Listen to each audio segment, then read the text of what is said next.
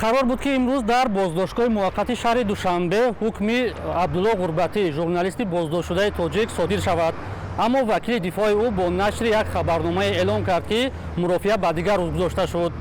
вакили дифои абдулло ғурбатӣ дар мурофиаи додгоҳӣ ба кофӣ будани далелҳо шубҳа карда онро ба додрас пешниҳод кардааст, вале ӯ аз додани тафсилот худдорӣ кард.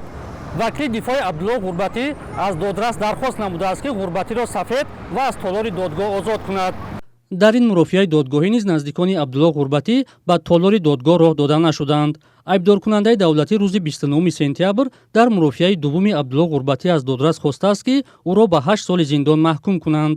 ӯ ба иттиҳоми таҳқири намояндаи ҳокимият, истифодаи зӯроварӣ ба муқобили намояндаи ҳокимият ва иштирок дар фаъолияти созмонҳои мамнӯъ айбдор мешавад. манобаи боварибахш мегӯянд, ғурбатӣ дар бозпурсиҳо ҳамаи иттиҳомотро рад кардааст.